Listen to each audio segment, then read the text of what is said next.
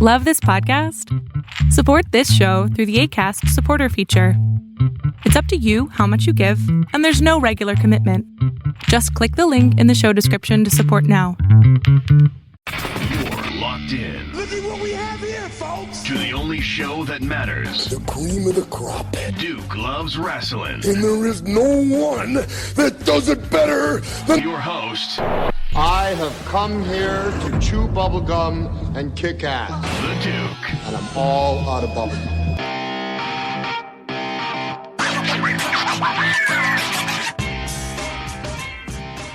Yeah, it's your boy Kameron, and that's Kameron with a K. And it's your boy Al, and that's Alan with an A. And we are the Russell Twins. And it's your man's A Izaiah Zane, and together we are the Make It. Yes, sir. Yeah. Well, this is exciting here. I mean, we have a trio for the first time on the Duke Loves Wrestling podcast, the Make It's. I mean, you know, you guys have really been tearing it up on the independent scene lately. What the heck is going on? Let me start off with Kameron with a K. Do people normally mess up your name, Kameron? That's why you have to remind them that it's Kameron with the K? Yeah, I know normally people mess it up, you know what I'm saying? But you know, I have to get announced that way so people don't mess it up, you know what I'm saying? All right, so Kameron, let me ask you this, because, you know, I'm a human being here, and, you know, human beings, we're not robots, so we do make mistakes. So if when I put this out and I type up the bio, if I accidentally, you know, put Kameron with a C, or if, you know, spell check does that, are you and I going to have any kind of heat if I mess up your name there? Man, look, anything's possible, man. All right, so I better make sure that I do the right thing here, because I'm telling you, I know you guys down in Florida, you don't mess around. Oh, yeah, and I've seen some of your work there, and I'm definitely afraid of Kameron and Alan with an A. Alan, now this is kind of strange to me here, Alan, because I've never seen anyone spell Alan without an A. So what the heck is that all about? All right, so I'm gonna need you to calm your attitude down first off.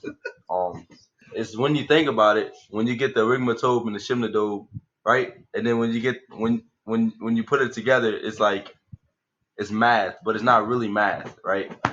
You know what I'm saying? I gotta write that down, because I gotta make sure I keep up with what you're saying there. All right, so dropping science here. You may not understand what I'm saying, but in psychology, you gotta go back to social studies. Yeah, you gotta go back to social studies. But when you really gotta understand that in psychology, the only way it makes sense is my name starts with an A. Listen, man, I don't want any problems. You know, you listen. I am a peaceful guy, but I'm gonna let you know right now, Alan with an A, and Izaiah Zane, you can be the guy, because I think you're the more reasonable one out of the trio here. I will sue if you put your hands on me. Isaiah, you understand what I'm saying, right? I understand what you're saying, but who gave you permission to sue just because they want to spell their names with an A and a K? Well, I'm just saying, these guys, you know, they're kind of roughhousing here, and I don't want to get beat up the next time I end up in Florida. So I figure you, Isaiah, you're a reasonable guy, so you can talk to those partners of yours and just kind of calm them down for me, right? You don't know Izaiah's name. Yeah, you don't know me like that, man. I don't know where you heard I was reasonable from. We are the same, man. We are the same. Well, you think just because I'm the triplet and the white guy out of the group is different? Oh. Well, okay, you got me. All right. You know, and Isaiah saying, you know, I know a lot of folks have accused you of being, you know, a flippy move mania kind of guy, as opposed to, you know, the nuts and bolts of doing some mat wrestling. So what's that all about, Isaiah? Are you going to stop doing all the Cirque du Soleil crap and really, you know, get down to business in there? Or is this who you are, this kind of gymnast stuff here?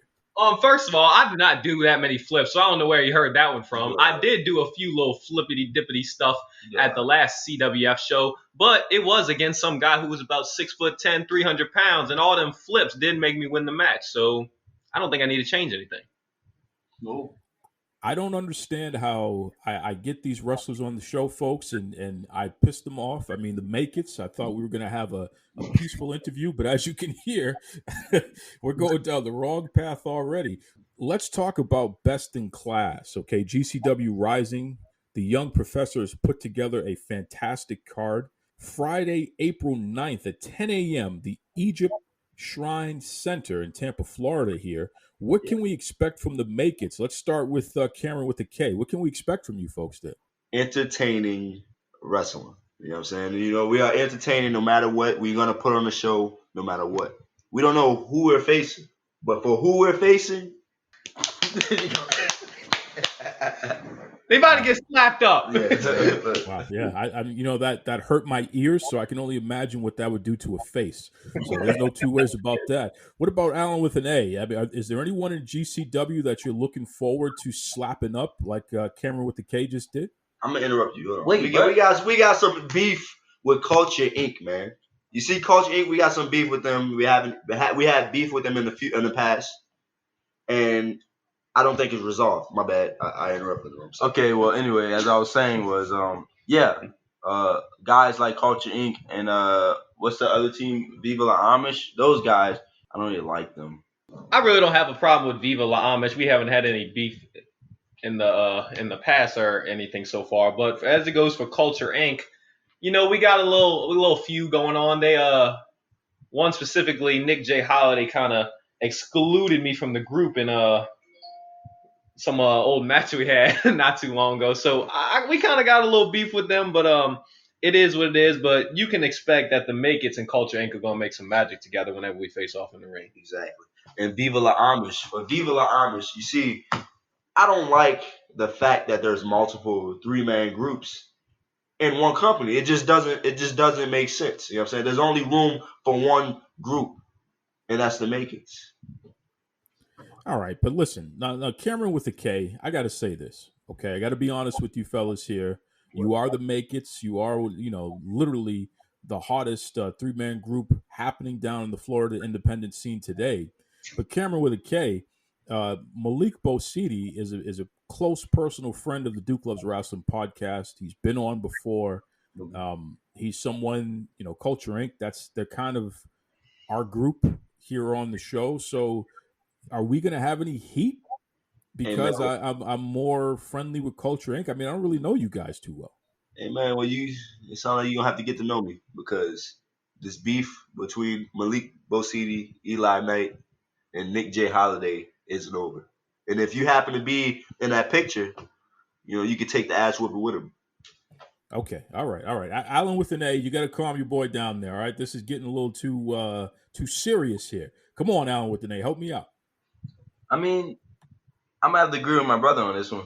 So, I mean, just make sure you don't step in the way of us. It's all respect. That's all. But they wasn't being respectful the last time we faced off. You know what I'm saying? Well, Izaiah Zane, you have a history with Culture Inc., as you said before.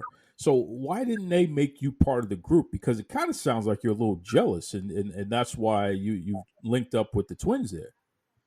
Oh, no. First off, we're triplets. What do you? Yeah, we are triplets. We was born in the womb together. Second off, I never wanted to be a part of Culture Inc. What I mean by excluding me from the group is it was the Russell twins versus Eli Knight and Malik Bosidi, and Nick just wanted to, I don't know, kind of point at me and make it look like I couldn't be a part of my twins and support them in the match. So he called him the odd man out. Yeah, and we both just got DQ'd because of it. So I got a little problem with him.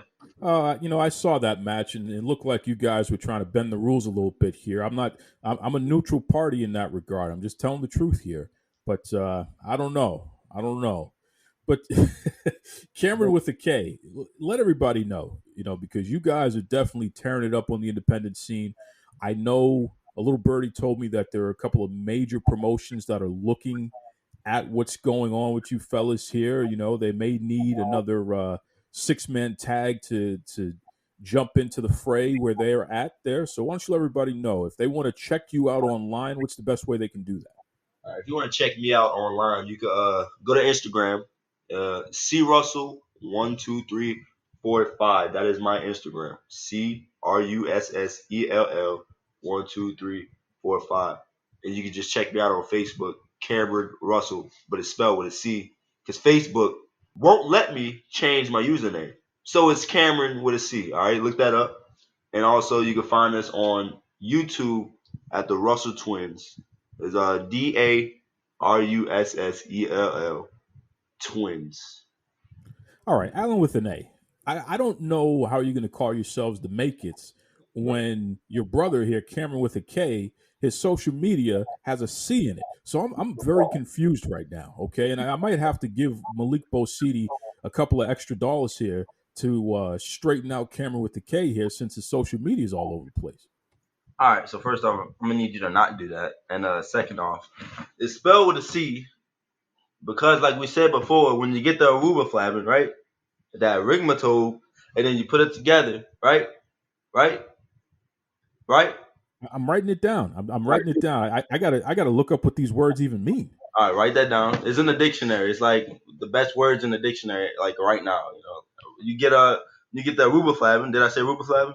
He said something about rubeflavin. I don't know. That sounds like a dangerous disease or something. I don't know. It's not a disease. It's math. So when you accumulate that and you put it in a little pot, and the aroma, the smell is that's what made it the C. So yeah, it's a C. Wow.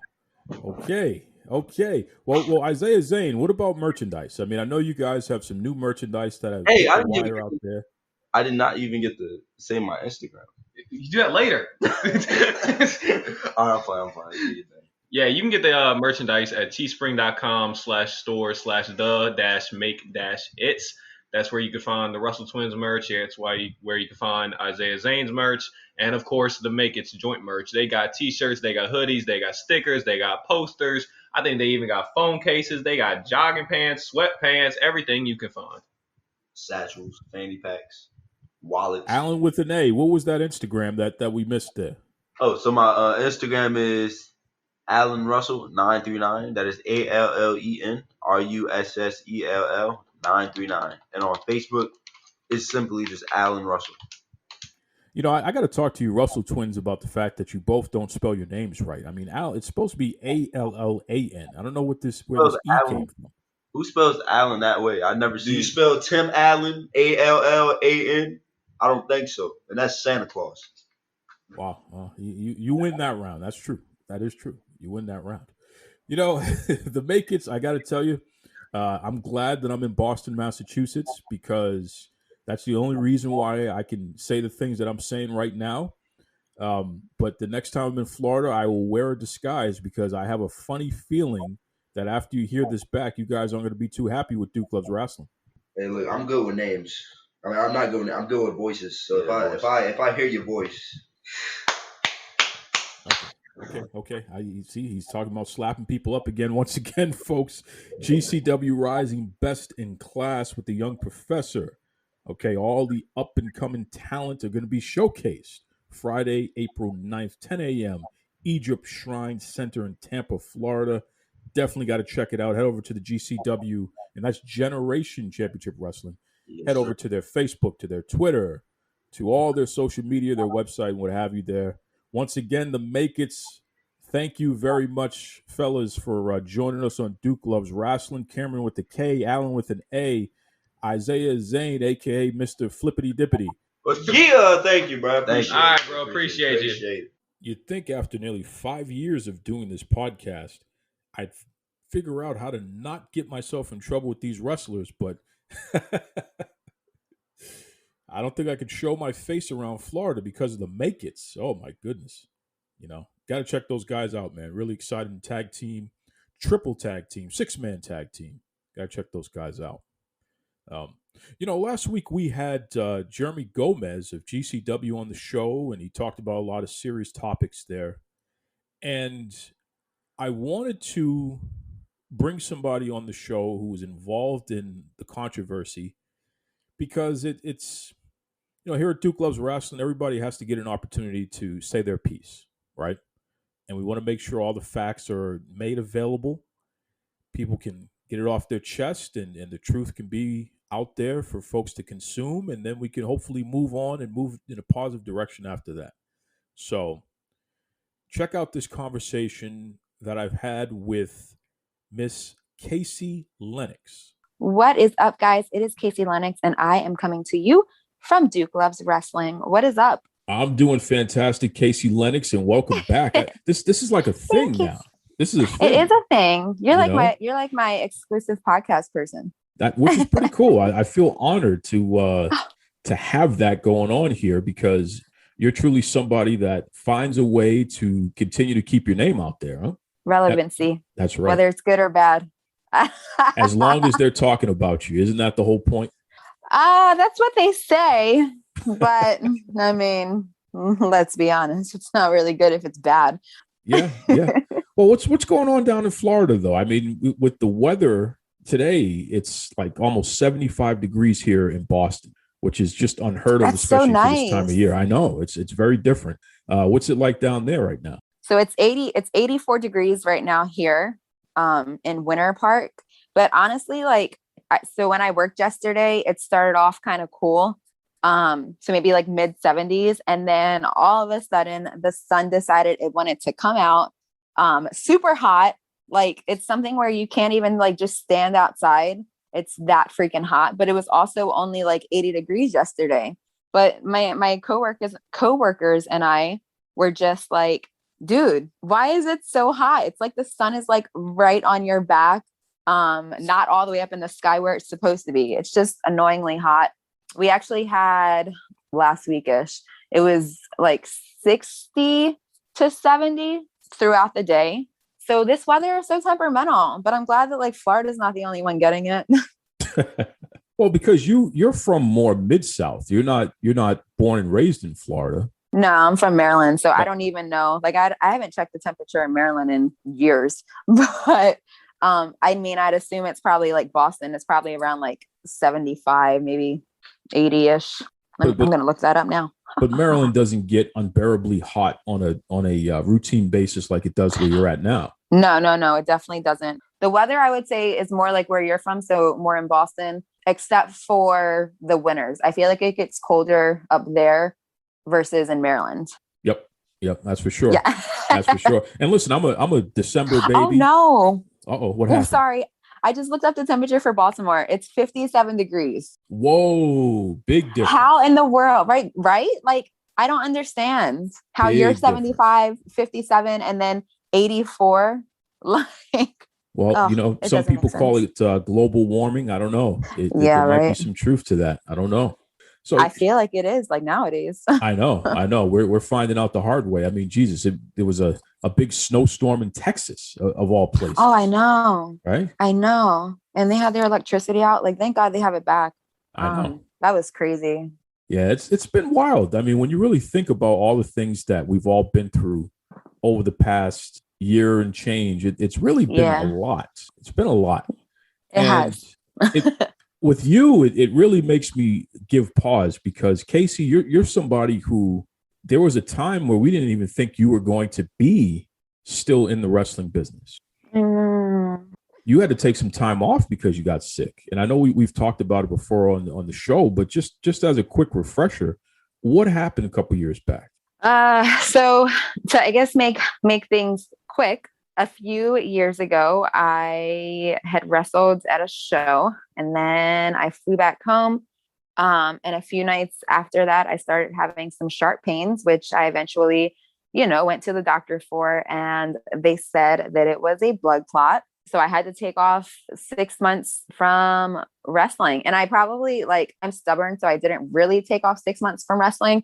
I still went to training and just watched and did stuff like rolls and just running the ropes and stuff like that. No bumps or no head things, because that was definitely not cleared by my doctor. But he did say that I could, just roll around the ring and just take it easier. I continued working out, but the blood clot situation, so that lasted for 6 months. And then I had, I'm forgetting what it's called, where your face, where you lose muscle in half of your face or your whole face. I forget what it's called. Bell's palsy. Thank you. Bell's palsy. I've had so much stuff happen to me that I'm forgetting everything. No, but Bell's palsy for thankfully not too long. I think it was less than 3 months altogether. But that's just because I literally looked up every remedy or non-remedy or what I could do just to get feeling back in my face. So thankfully that didn't last too long. I think that was from November-ish to the beginning of January, because I had still wrestled that year, the beginning of the following year. But life happens, stuff happens. It definitely does. And you know, life definitely happened again to you earlier this year. You tested positive for COVID-19. I did. That's what they say. I don't think like, so I just got my antibody test done on, what was it, Tuesday, and I just got the results yesterday. And I don't have any antibodies. So like, I don't know if my test was a false positive or if it wasn't. I'm gonna assume that it was a false positive because I would still have the antibodies, you know? Now that's interesting. You know, Arn Anderson talks about that. He had a couple of false negative tests. Oh, yeah. You know, in AEW, they get tested all the time, all that good stuff there. He had Right. false negative tests. And then one day he came down really sick and it took him about almost 2 weeks. It took him about 11, 12 days. He was hallucinating, said he thought he was going to die. And, Oh, no. you know, after the fact, he found out that he definitely had COVID-19, but he's was tested on a regular basis. Right. So Right. that was the first time he found out that it was possible for the test to be incorrect. So I feel like they always say, you know, it's 99% chance, you know, correct or whatever, or 95% or somewhere in the 90s, it's correct or incorrect. When I took that test that came back positive, I'm going to just give you a little story time. So I go to get the test done on Wednesday, and the guy, like, he comes out, asks me all the regular questions, like, have you been exposed, blah, blah, blah. So then he puts the stick up my nose, and the stick is like abnormally bigger than it normally is. I'm used to, and I don't know if you've had a COVID test. I'm used to the test like being super skinny and it just going all the way up. This test was, I would say, probably like the size of a cotton swab. It was that big. So that threw me off for a second. And then the guy didn't even go to me. He didn't go as far up as they normally do. So all that stuff paired with like not having symptoms and nobody else in my family or at work testing positive, it kind of made me think like, damn, is it really a false positive? So yeah. That is just a pain in the butt because, you know, when you test positive, there's supposed to be contract tracing and all kinds of other things. And there are different emotions. Yeah. You know, I got a contact tracing call one time when the pandemic first hit. And I was talking to the woman and I realized, I was like, wait a second, I've been quarantined. It's not like I'm going anywhere. So this isn't even possible. And then I realized, I said, who are you calling for? And they weren't calling for me. They were calling for somebody who had my number previously. Oh, no. So for a good, I would say about 2 minutes, I'm like going through all the emotions of, oh, my God, I got this thing. You know what I mean? And then through further investigation, you realize, no, this isn't my call. And then, you know, the apologies come and all that good stuff. But I say that to say that was a minor situation on my part there. You were actually told that you definitely have it. Yeah, I was told that I definitely had it. I had to take off 10 days. What it is for the like CDC rules, like currently or whatever. And that's the rules that my job has to follow. You have to take off 10 days from the day that you got your initial test. So if I got my test on Wednesday, then I would come back that following Sunday, I believe it was. So I had to take off 10 days from work. I had to like remember everybody that I worked with that following Tuesday, or not Tuesday, that following Monday, and Wednesday. It was just a hot mess because like, I'm trying to remember everybody that I came in contact with. And like, I feel so bad because all those people had to take off 10 days as well. And I'm like, Jesus, first of all, nobody wants to take off 10 days from work. You know, that's your source of income. Second of all, I'm like, who's going to run our department? Like, I'm so work focused all the time that I'm just like, oh no. Well, and let's put this into context here. You're talking about your daytime job. You're not even talking about pro wrestling right now. No, I'm talking about my shoot job at SeaWorld. So think about this, folks. Your shoot job, your daytime job, and oh, by the way, this is a person who goes around and wrestles. So you couldn't do that either. You know, once you found out that news there. No, for sure. And I had to send person in question. I had to send the promoter the results, and yeah, that was a time. Well, let's jump into that, and that's what we've been leading up to. So there was a big controversy. Yep. A lot of stuff said online, and let me just lay down some ground rules real quick from my perspective here. Everybody involved in this has been on Duke Loves Rasslin. I have a very good rapport and relationships with all of you here. I don't want anybody to be hurt. I don't want anybody to be in a position where they're being marginalized or mistreated. And I hope that everybody can find a way to come together when this is all said and done. And I've said that to all parties said last week on the show. But, you had Jeremy Gomez of GCW. I am going to say his name, Kim Artlip of Ignite Wrestling, and I'm going to say her name. People were complaining about you being on the cover of a poster for Ignite Wrestling, which prompted a whole level of backlash. And then GCW got involved as well. And the controversy, from the way it's been explained to me, surrounded some bookings that happened in late January, early February, in which people were concerned that you may have had COVID-19 and you didn't tell people. And then it turned into, well, she never showed us her test, so we don't know. There's a lot that's been said, Kaci. So let's start from your perspective. From your perspective, Kaci Lennox, what happened? Oh, Lord. Let's start with the first GCW show. What happened then? I categorize this stuff, and I already sent you screenshots and stuff like that, so you know that everything that I'm about to tell you, you have everything. So before the GCW show on January 16th, Jeremy Gomez and his team, so Marquise Carter, just numerous other people, on his team, they are very, adamant about you having your COVID test. You have to have it. If you don't show that you took the test, then you can't be on the show. So yes, I commend him for, he's been one of the only promoters that I've worked for that has required the testing, and been, strict about getting it and showing the proof that you had it and, stuff like that. So yes, I give him his props, regarding the COVID protocol. He's very strict about it. And that's great, because not a lot of promoters are. So backtrack a little before the 16th, I went to get COVID tested with my mother on January 8th, because she had not been feeling good. She had been sneezing some. And I was like, listen, you need to go get COVID tested, because I'm not about to, catch COVID from you, because I had all these shows coming up. So I go to get tested with her on the 8th. It came back negative. On January 9th, I'm giving you date by date stuff. Sorry. On January 9th, Marquise posted in the GCW Legend of the Medallion group chat that we have, that don't forget your COVID tests are mandatory, stuff like that. So I had asked him, how many days does the test need to be within, for it to be active? So he told me that the earliest, or Jeremy told me that I am good after today. So I'm good after the 9th.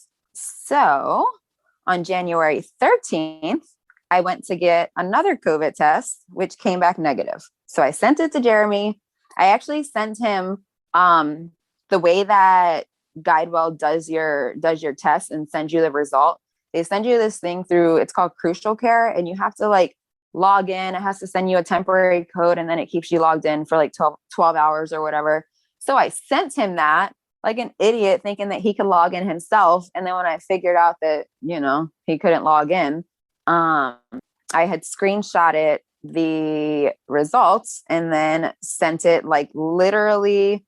I forwarded him the Crucial Care message at 7:26, and I screenshotted him the results and sent it at 7:31. So that's fine there. This negative result is the one that's in question or whatever, but this is what happened. I sent him a negative result after that. So that's what happened for the first show. Okay. So you sent them the negative results. You met the requirement, bring your COVID test, show us, make sure you're all right. Now, what about the second show? If I'm not mistaken, the second show was about a week later for Ignite Wrestling, right? That was a week later for Ignite, and I did not test for Ignite. I never said that I did. Kim claims that she, required all talent to submit results. I asked her if she was requiring results or not. She said, I am assuming you have them. Apparently, I took that wrong. So then she makes her post about saying that she required results and me saying that I told somebody to wear their mask around me, which literally was not what was said at all. She didn't require everybody to have results. I'm not making an excuse that that's, a reason that I shouldn't have taken a test, but don't, I guess, try to put all the blame on me when you didn't ask everybody for results. I've sent you proof already of someone that she didn't ask for results for and somebody who didn't test. So I'm not the only person that was at that show that didn't test. I'm not the only person that was at that show that didn't get asked for results. So yes, I should have tested.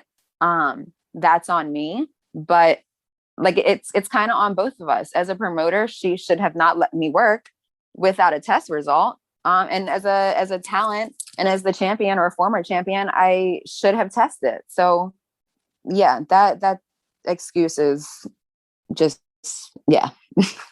Now there was a third show, which was the second GCW show. This is a week after the Ignite show, right? It was, and that show was on the 30th. So after Ignite, I went back to training. On the 26th, Devon was like, "Hey guys, if you work a show over the weekend, you have to bring back your COVID results saying that you're negative." So I went to get tested on that Wednesday. My results actually got to me Thursday, but I didn't call back until Friday, which is when I found out. And I literally texted, who I texted in order was all my coworkers, because we have a little group chat. I was like, "Hey, you guys need to go get tested." My two supervisors that I was in the office with pretty much all day. I called my mother, and then I called my job like 15 times because nobody would ever answer.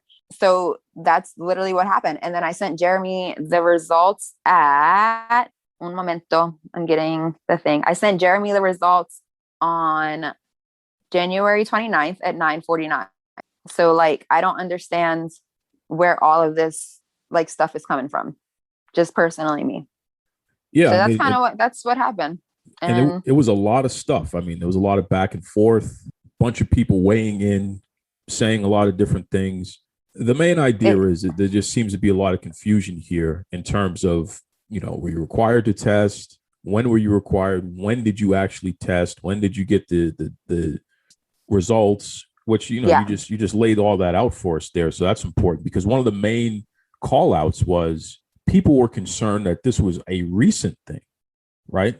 In terms of the dates, they thought that this is something that happened now, not realizing that we're talking literally. Oh, January. Yeah. That was the big confusion. Yeah. So like everything that, again, I sent you regarding COVID results, my second COVID test that I had to get, because the first one was for WWE back in October, November. No, I'm forgetting what date for WWE.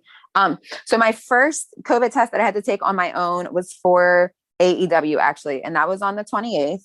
And then I took a test on January 8th, which is the one that I had said that I took with my mother, and then January 13th, which was for Jeremy's show. So I listened to, bits and pieces of what he said on your podcast earlier.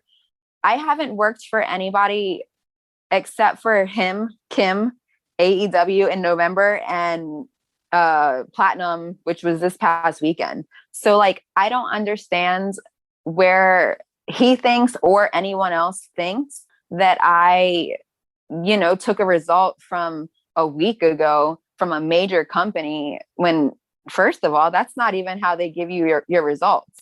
Like, if anybody knows anything about how you COVID test in these major companies, they don't give me something that I can go and show a promoter. That's not how it works.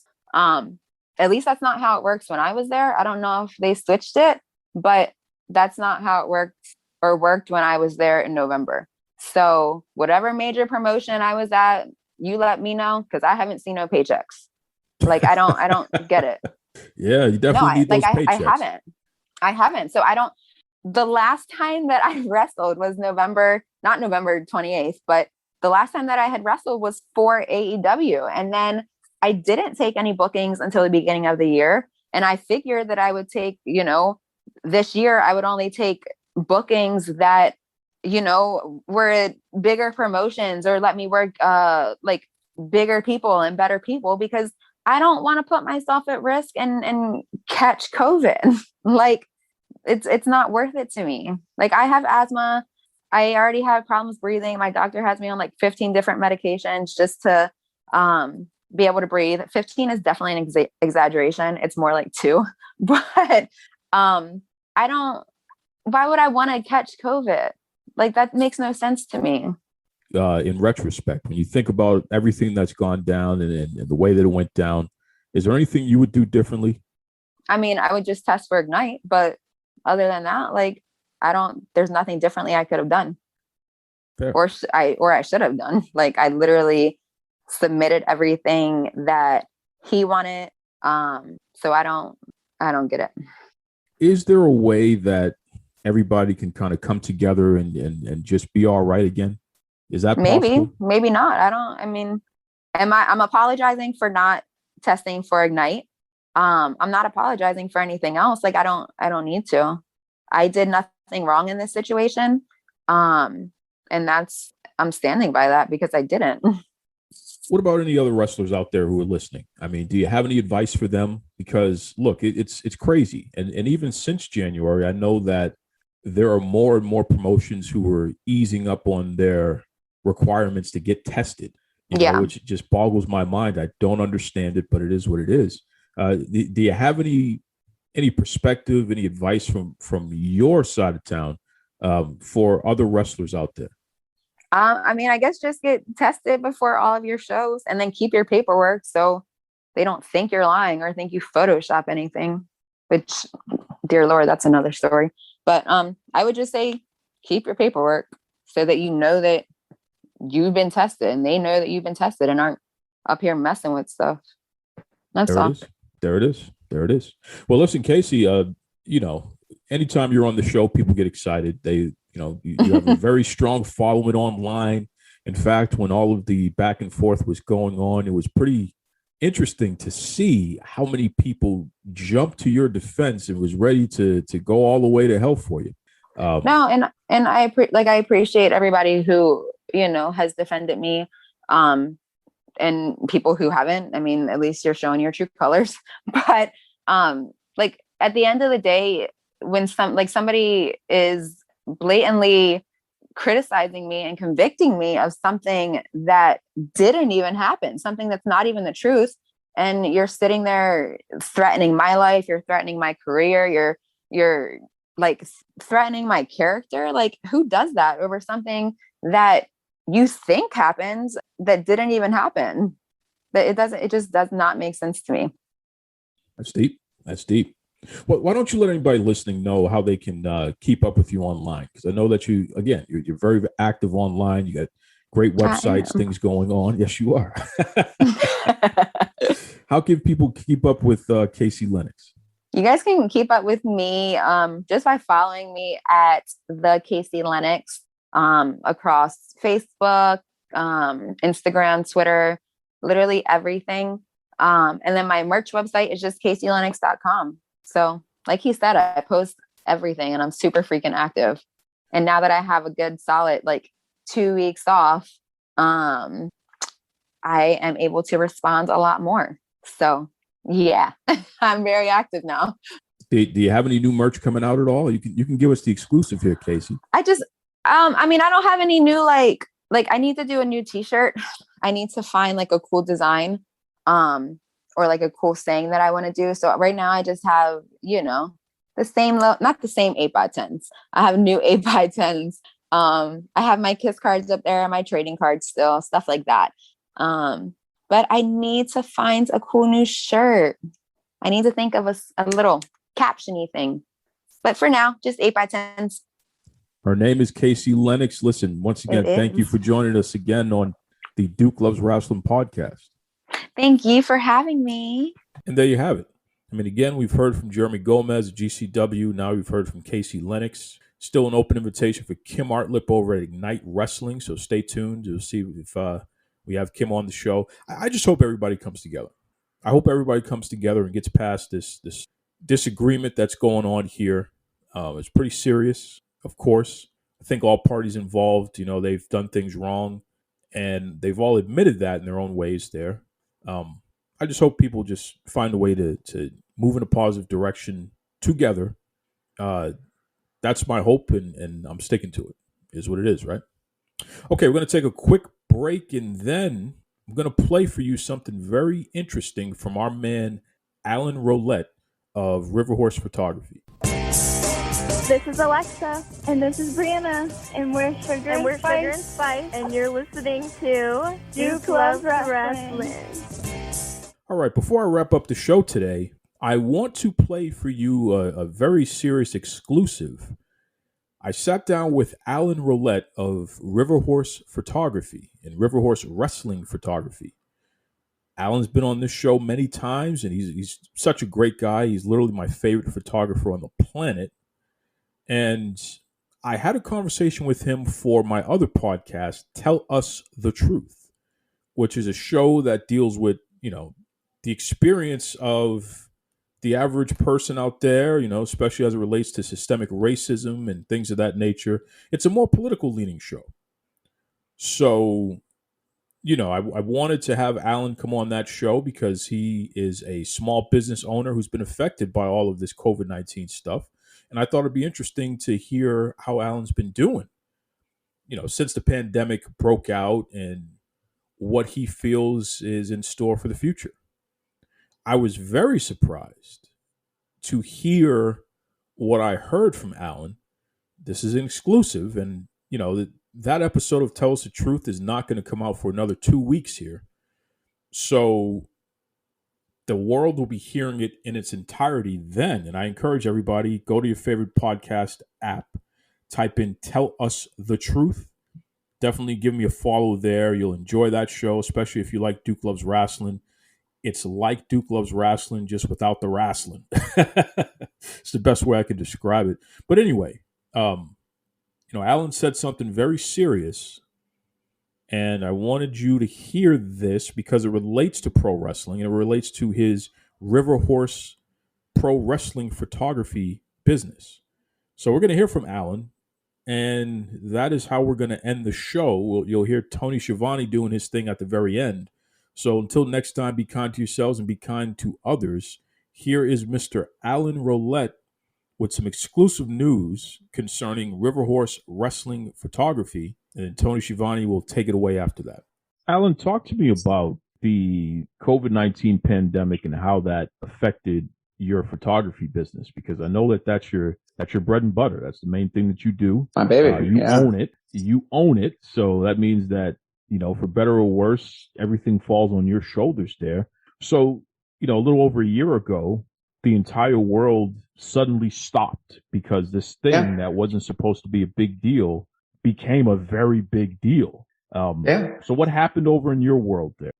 So, that's tough. So 2020 was my best year ever.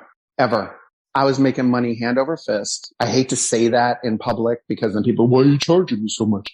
But I was making good money, and I was making good money because I just had gig after gig after gig. And I was wearing myself out. I had so many gigs, and we're just talking from December to March. And then from March on my schedule, first time ever, this was ever the case. First time ever. I had about 25 to 29 gigs lined up. People had already paid me money to hold me. Bank account looked great. Had a bunch of weddings. I didn't do weddings. I'm not a big wedding guy, but I will do them. Had 3 of them on the books. I was going for all of it. Like, I had shot some of the best pictures I'd ever shot of models that I worked with and a lot of commercial stuff. And people were making money and I was making money. And it was when I really decided to make this a business And I encourage everybody out there who is listening, you who are listening to me right now, if you want to be good at something, get educated. Not saying you got to go to school. You can become an intern. You can hang around somebody who does something that's really good.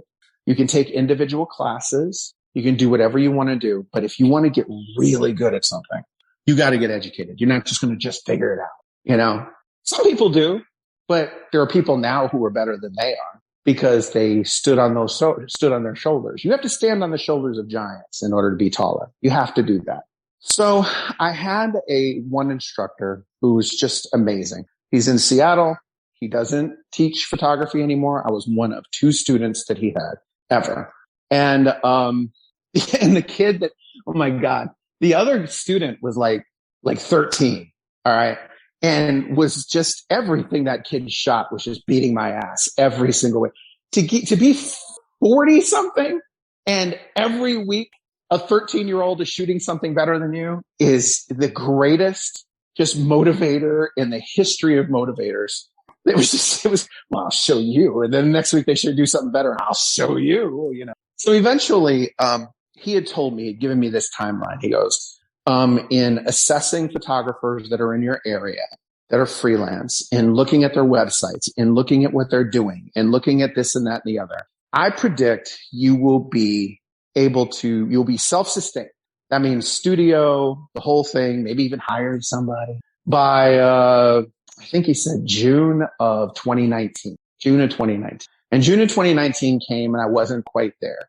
And I was like, oh, I failed. And my wife, who's my rock, you know, she was like, you didn't fail. You just didn't get there yet. She goes, let's go. Let's get to work. And by December of 2019, I got there, shooting every week, doing everything. I remember the date, March 13th. I was like, wow, this COVID thing, like, man, it's like getting the flu. This is going to be tough and blah, blah, blah. March 14th, news was a little weird, a little worse. March 15th, the news was a little worse. March 15th, they shut down, Polk County schools. Now, that didn't mean anything to me, but because they shut down the schools, that means parents had to stay home. People weren't making money, you know, blah, blah, blah, blah, blah. But it's only 2 weeks. Remember, it's 2 weeks to slow the curve, you know, 2 weeks to flatten the curve or whatever they called it. It's only going to be 2 weeks. Then all of a sudden, towards the end of the 2 weeks here in Florida, they added 2 more weeks. So it was 30 days to flatten the curve.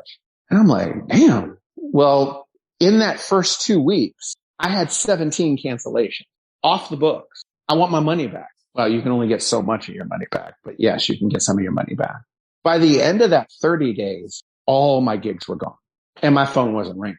And to be in the best place that you have been, to be where your mentor said you were supposed to be where you believed you were supposed to be, shooting stuff and people loving it, weddings, and we got to have you and blah, blah, blah, and all this stuff, to go, you know, 27, 29 gigs in less than 30 days, all canceled, gone, boom, boom, boom, boom.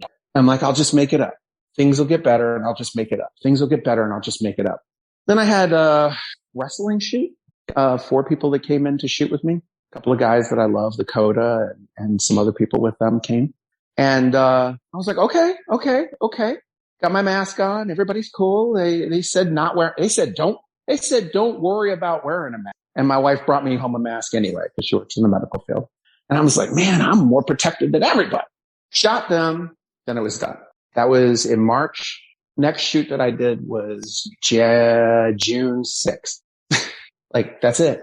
And June 6th, I had shot, you remember, you know the twins, Lindsay and Lori.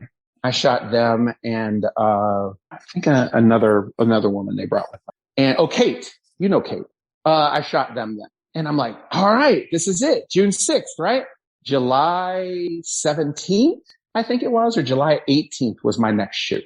And then nothing until August, nothing until September, nothing until October. I mean, months. And so I sat at home. Couldn't go out.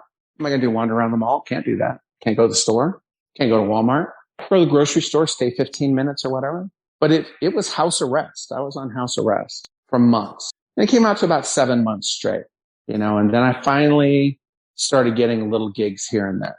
Not big ones. You know, I was dropping my price really super low. You know, that desperate thing that people do. You go, well, I mean, I got to get somebody in here, even though it's not really worth your time to do what you're doing. And it's like, my God. And I just kept going and going and going and going and going. And, we got up to the holidays and I'm like, well, the holidays are my big time. Well, remember they told everybody to stay home. Don't do Thanksgiving. Don't bring your family here. Don't do this. Don't do that. And people listened around here. Or the people who listened didn't want a stranger around. So no Thanksgiving, no Christmas, January rolled around, still hardly much of anything, but it's picking up. And the way things started to happen was like in the fall, yes, I did start to get gigs, but the way it worked was this. I would do one gig and then I'd have to drive 50 or 60 miles to get to the next gig. So I was spending more time on the road or putting gas in my car than I was actually shooting gigs. So I go, yeah, I got 3 gigs this weekend, but I drove 150 miles to do it, and it was like, oh my God. Like, I shot a wedding, the 30th of, whenever Halloween is, 30th of October or 31st of October. I shot a wedding that day. It was outdoors on a lake. Everybody had incorporated masks into their costumes. So that was kind of cool. But that's it. And going from working to nothing. And but the thing that you don't get is you get emotional about your business. I feel like the people that I shoot, they're not my friends' friends. They are my friends, but they're my friends through photography. And you just don't hear from them. You don't see them. You don't know they're okay. You have to send a Facebook Messenger message. You all right? Everything okay? Yeah, everything okay with you? Sorry, I was just so fucked up about this, or my aunt got that, or such and such happened here. So then not only are you not working, then you're lonely. I had a beagle. My beagle hung around me because she didn't understand why I was home all the time. I go, what are you doing here? Like, like I look at her, she's supposed to be outside playing. I'm like, what are you doing here? She's like, what are you doing here? And eventually both of us just started sitting on the couch and getting fat. My beagle was like, Lord, 38 pounds, something like that. Supposed to be 25, just fat. Wouldn't go outside, just stay next to me. And it was hell. And things have gotten a little better. I did the first wrestling show that I shot in 13 months. I did about a month ago. I did a couple of wrestling shows this weekend. I'm going to do a couple of wrestling shows next weekend. I'm immunized, so I got lucky. My wife is in the medical field and her hospital, was immunizing, the relatives of people who are working with COVID patients to keep them from getting, sued. Like if I got COVID, I could say my wife did it, and sue the hospital before I die. So they would just much rather give you the shot than have you sue them. So, I mean, I got the shot. I could walk around with my little card.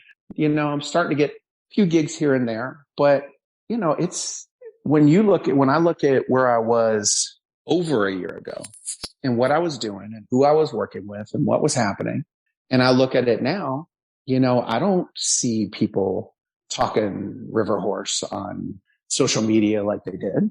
I can post a picture on Instagram and get 18 people to look at it as opposed to 56 or 70 or however many we're looking at. Like photography is like wrestling. If you're out of it long enough, you're forgotten. They forget you as well. They should. They go with who's near them. They go with who they see, before everybody saw me because I was everywhere, but I'm not everywhere now. So I did make the decision, the pre-decision, probably about 3 weeks ago that, I'm looking at WrestleMania time. I'm looking at, time before, time after, this, that, and the other. And probably if things don't pick up before July, I'm probably going to back off on all of that and really, really, really concentrate on my regular photography. Because I'm going to have to. That's what makes money. That's what makes me money.